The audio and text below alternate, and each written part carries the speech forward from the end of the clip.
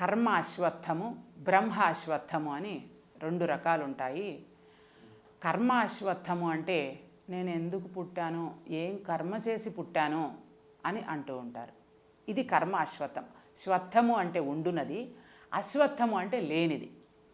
అయితే ఇప్పుడు రమణ మహర్షి లాంటి వాళ్ళు, శంకరాచార్యులు లాంటి వాళ్ళు నేను ఎందుకు వచ్చాను, నేను ఎందుకు ఇంత కర్మ అనుభవిస్తున్నాను అని ఏ రోజు అనలేదు. వాళ్ళు ఏం చేశారు అంటే, నేను ఈ కార్యక్రమం కోసం వచ్చాను, నేను జ్ఞానబోధకు వచ్చాను, నేను జ్ఞానబోధ చెయ్యాలి, చేస్తూ ఉన్నాను అని బ్రహ్మ అశ్వత్థపు భావనలో వాళ్ళు ఉంటారు. అంటే దేహం వచ్చింది, కార్యం చేసింది, దేహం తిరిగి తన ధర్మం ప్రకారం అది మళ్ళీ పంచభూతాత్మక ప్రకృతిలో కలిసిపోతుంది, నేననే దానికి నాశనం లేదు, అది సదా సర్వదా సర్వత్రా ఒకే విధంగా ఉంటుంది అనే అవగాహన ఉన్న వాళ్ళు అవతార పురుషులు.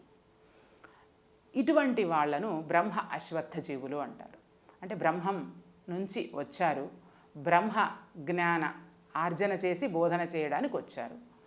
అయితే ఈ కర్మ అశ్వత్థపు జీవులు నేను ఎందుకోసం వచ్చాను, నాకు భగవంతుడే ఈ కష్టాలు ఇచ్చాడు. అయితే ప్రతి గ్రంథంలో కూడా నకర్తృత్వం నకర్మాణి లోకస్య సృజతి ప్రభు నకర్మఫల సంయోగం స్వభావస్తు ప్రవర్తతే. అంటే మానవుల యొక్క సృష్టికి వాళ్ళ యొక్క కర్మకు నాకు ఎలాంటి సంబంధం లేదు.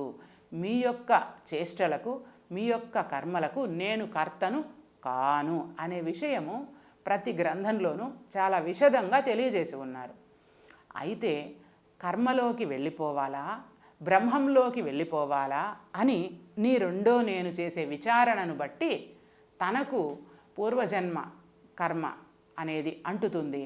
ఆ విచారణను బట్టే తానే బ్రహ్మము అనే విషయం కూడా బోధపడుతుంది.